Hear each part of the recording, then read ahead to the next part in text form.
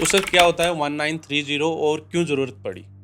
1930 basically caller tune सरकार ने cyber fraud रोकने के लिए लगाई। हम्म।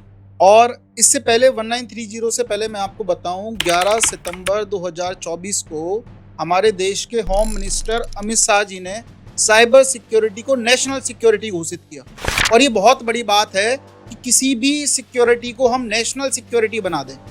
अब साइबर फ्रॉड को रोकने के लिए उनके पास कोई मैकेनिज्म होनी चाहिए, एक ऐसा नंबर होना चाहिए कि कोई आम आदमी भी डायरेक्ट कॉल कर दे कि कहाँ तक वो इन्वेस्टिगेशन एजेंसीज के पास जाएगा। अगर किसी भी पर्सन के साथ फ्रॉड हो जाए तो पहला काम उसका पुलिस स्टेशन जाना और पुलिस स्टेशन में FIR लॉन्च कराना। पूरा दिन, 1 दिन, 2 दिन, 5 दिन उसके खराब हुए, उसके लिए सरकार ने 1930 लगाया।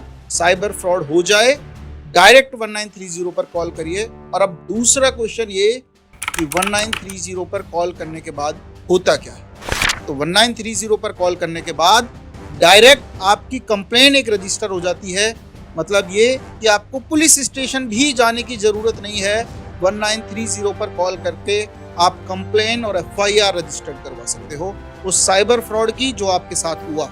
और जैसे ही आप कंप्लेन रजिस्टर कराते हैं, साइबर फ्रॉडस्टर्स के जिन अकाउंटों में वो फ्रॉड का पैसा गया उन अकाउंटों को फ्रीज कर दिया जाता है, क्योंकि हर ट्रांजैक्शन की एक ट्रांजैक्शन आईडी होती है। उस ट्रांजैक्शन आईडी को ट्रैक कर उन अकाउंटों को फ्रीज किया जाता है और उन क्रिमिनल्स को पकड़ा जाता है जिन्होंने आपके बैंक अकाउंट से पैसे चुराए। That is a mechanism of the 1930। तो कोई भी किसान वगैरह कोई भी ये कॉल कर सकता है? क्या प्रोसेस होती है इसको मतलब दर्ज कराने की? कोई भी नॉर्मल पर्सन भी कॉल कर सकता है। और ये है ही उन लोगों के लिए जो कि नहीं जाना चाहते पुलिस स्टेशन, जो कि डरते हैं कि पुलिस ऑफिसर्स क्या करेंगे, क्या उनका हरेसमेंट करेंगे। सबसे पहला सवाल तो यही पूछेंगे कि आप इतने समझदार होके भी कैसे इनके झांसे में आ गए, कैसे चक्कर में आ गए। तो इनके लिए प्राइवेसी भी लीक ना हो, आप डायरेक्ट 1930 पर कॉल करिए। आप ये बताइए कि हमारे पास इस तरीके से कॉल आया, ये हमारा अकाउंट नंबर है और इस तरीके का साइबर फ्रॉड हमारे साथ हुआ। और इस साइबर फ्रॉड की जैसे ही आप कंप्लेन लॉन्च कराते हैं, पूरा ट्रांजैक्शन, मनी ट्रेल और जिसने भी आपके मोबाइल नंबर पर कॉल किया, जिस अकाउंट में भी पैसा गया, उन सबको ट्रैक किया जाता है। गवर्नमेंट के पास ऐसी मैकेनिज्म है, ऐसे सॉफ्टवेयर्स हैं जो कि इस पूरे मनी ट्रेल को ट्रैक करते हैं कि जिन जिन अकाउंटों में भी पैसा गया उसकी IP एड्रेस क्या है, किस इंटरनेट का यूज करके उसने ये फ्रॉड किया है। काफी समझदार फ्रॉडस्टर्स भी हैं, काफी पढ़े लिखे लोग ये क्राइम करते हैं, और उसके बाद किस तरीके से वो VPN यूज करते हैं। सारी चीजों की मैकेनिज्म सरकार के पास है। बस एक कॉल है 1930। तो आपके कहने का मतलब है कॉल करके इन चीज़ों का सॉल्यूशन किया जा सकता है? बिल्कुल किया जा सकता है। तो डरने की जरूरत नहीं? बिल्कुल भी डरने की जरूरत नहीं है। और डरने की जरूरत इसलिए नहीं है, अगर आप विक्टिम हैं, सरकार आपके साथ है, देश की इन्वेस्टिगेशन एजेंसी आपके साथ हैं और सबसे ज्यादा देश का कानून आपके साथ है।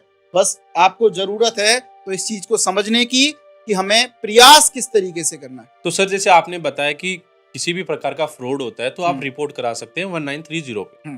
तो कोई ट्रांजेक्शन मुझे करता है और मेरी फेक रिपोर्ट करा देता है, तो उस केस को कैसे आप हैंडल करेंगे, किस टाइप से हैंडल किया जा सकता है? बिल्कुल। और फेक केसेस तो जब भी कोई भी सरकार की मैकेनिज्म बनती है, उसका मिसयूज करने वाले लोग पहले आ जाते हैं। मान के चलिए आप एक शॉपकीपर हैं, आपसे कोई व्यक्ति टीवी खरीद के लेके जाता है 15,000 रुपए की, और उसके बाद आपका और उसका किसी भी पॉइंट पे लेके आर्ग्यूमेंट हो जाता है। और ऐसा केस मैं प्रैक्टिकली बता रहा हूं कि एक शॉपकीपर का मेरे पास कॉल आता है, वो कहता है कि साहब ये व्यक्ति मेरे से टीवी खरीद के लेके गया। 2 दिन बाद आता है कि साहब इस टीवी में कोई प्रॉब्लम है, मैंने सर्विस सेंटर वाले का नंबर दिया, उसने कहा नहीं आप खुद आइए। अब मैं दुकान छोड़कर थोड़ी ना जाऊंगा उसकी सर्विस करने। उसने किसी बात को लेके मेरे को आर्ग्यूमेंट किया और 1930 पर कॉल करके जो UPI से उसने पेमेंट किया था उस 15,000 रुपए की कंप्लेंट करा दी कि मैंने उसके साथ साइबर फ्रॉड कर लिया और मेरा अकाउंट फ्रीज हो गया। मेरे को लोन की किस्तें भरनी है, मेरे को अपनी बेटी की शादी करनी है, और मुझे एक अक्यूज बना दिया गया कि मैं एक साइबर फ्रॉडस्टर हूँ। मेरे 6 लाख रुपए उसमें ब्लॉक। और ये केस है। अब इस केस का सॉल्यूशन क्या है? तो आपको उस चीज का बिल और प्रूफ देना पड़ेगा कि हाँ आपने इस व्यक्ति को ये टीवी बेचा था और आपको कंसर्न पुलिस स्टेशन में जाके इन्वेस्टिगेशन एजेंसीज को ये बताना पड़ेगा कि आपका बैंक अकाउंट जो फ्रीज हुआ, जो कंप्लेन हुई, वो किस तरीके से इस व्यक्ति ने फ्रॉड कंप्लेन की। तो इन्वेस्टिगेशन एजेंसीज को आपको प्रूफ देना उस चीज की। बट एक टाइम के लिए तो वो परेशान कर ही देता है ना। 100% परेशान कर देता है। ये उसी तरीके से है कि किसी लड़की ने किसी व्यक्ति पर रेप केस कर दिया और वो लगातार पजल्ड हो रहा है। 5 साल बाद ये पता लगता है कि नहीं, ये रेप था ही नहीं, क्योंकि झूठी FIR कराने वाले व्यक्ति के लिए ज्यादा सजा का प्रावधान कोई स्पेसिफिक मैकेनिज्म हमारे देश में है ही नहीं। तो सर अभी आपने बात की अकाउंट फ्रीज होने की, ये अकाउंट फ्रीज कैसे हुआ? अकाउंट फ्रीज ऐसे हुआ जैसे ही 1930 पर कंप्लेन कराई। 1930 के साथ साथ एक ये और चीज है, अगर 1930 वाले आपके कॉल ना उठाएं तो 1930 का कॉल नहीं उठाने का मतलब ये नहीं है कि आपकी कोई सुनवाई नहीं है। 1930 वाले कॉल ना उठाएं तो आप cybercrime.gov.in पर जाके भी कंप्लेन दर्ज करा सकते हैं। 1930 का ही एक अल्टरनेट है जो गवर्नमेंट की तरफ से ऑफिशियल उनकी वेबसाइट है। जैसे ही 1930 पर कंप्लेन कराई, सामने वाले व्यक्ति जो कि हमारा शॉपकीपर है, उसका अकाउंट फ्रीज हो गया, क्योंकि उस ट्रांजैक्शन को लेके सरकार की गाइडलाइन ये है कि अगर साइबर क्राइम को रोकना है तो जिसके व्यक्ति के अकाउंट में पैसा है उसको वहीं फ्रीज कर दो, होल्ड कर दो, क्योंकि that is part of investigation. अगर उस व्यक्ति ने 15,000 रुपए की कंप्लेन कराई, इसका मतलब ये तो नहीं है कि वो 15,000 रुपए उसी का हो, क्योंकि that is part of investigation. हमारी इन्वेस्टिगेशन एजेंसीज जो कि पुलिस है वो इन्वेस्टिगेट करेंगी इस केस को कि वो 15,000 रुपए किसके थे। अब वो 15,000 रुपए कहीं चले ना जाएं, इसलिए उस पैसे को पर्टिकुलर जगह पे होल्ड कर दिया जाए। और दिक्कत ये है उस पूरे अकाउंट को ही फ्रीज कर दिया जाता है कि वो अकाउंट पार्ट ऑफ इन्वेस्टिगेशन। अब उस अकाउंट को अनफ्रीज कराने के लिए 3 बेसिक तरीके अपने पास हैं। क्या क्या?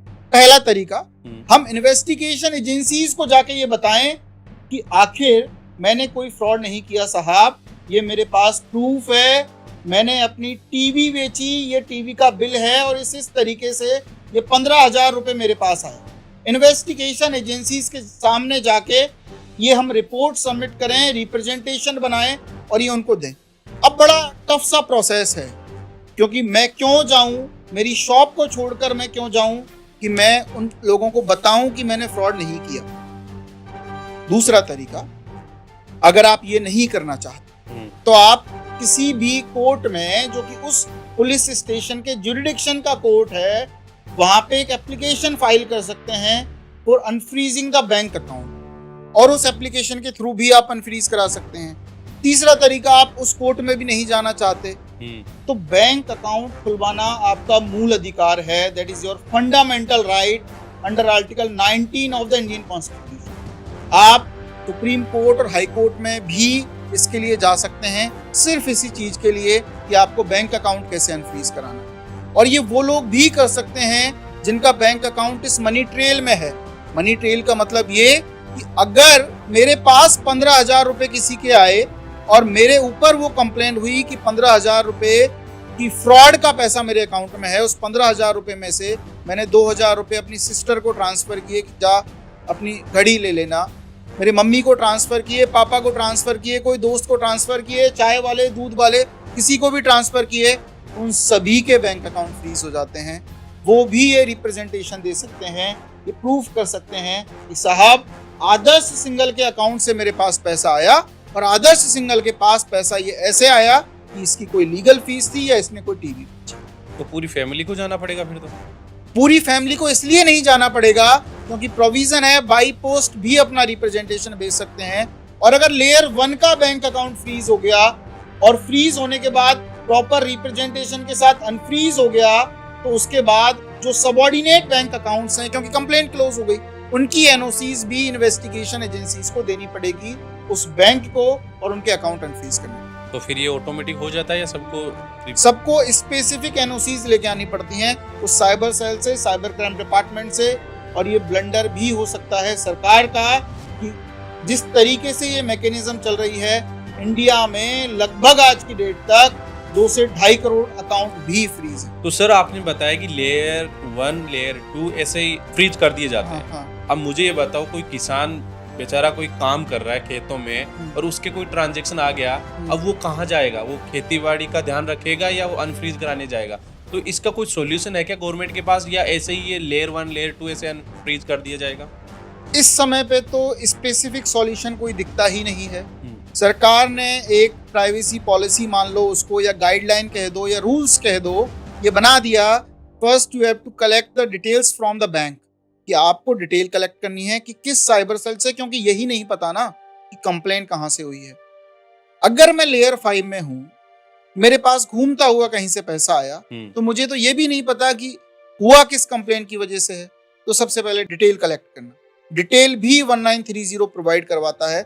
अगर आपका बैंक अकाउंट फ्रीज है और आपको डिटेल बैंक के ऑफिसर्स नहीं देते हैं, तो बैंक के ऑफिसर्स के ऊपर भी एक ऑफिसर है जिसको बैंकिंग ओम्बड्समैन बोलते हैं, आरबीआई बोलते हैं। इन्हीं लोगों के लिए बनाई गई है। अगर बैंक के ऑफिसर सही तरीके से काम ना करें तो इनमें भी शिकायत करके, इनकी शिकायत करके इनसे डिटेल ले सकते हैं। और दूसरा तरीका, इंस्टेंट आपको डिटेल चाहिए तो 1930 पर कॉल करके उनको अकाउंट नंबर दीजिए, वो बताएंगे कि आखिर क्या कारण है आपके बैंक अकाउंट फ्रीज होने।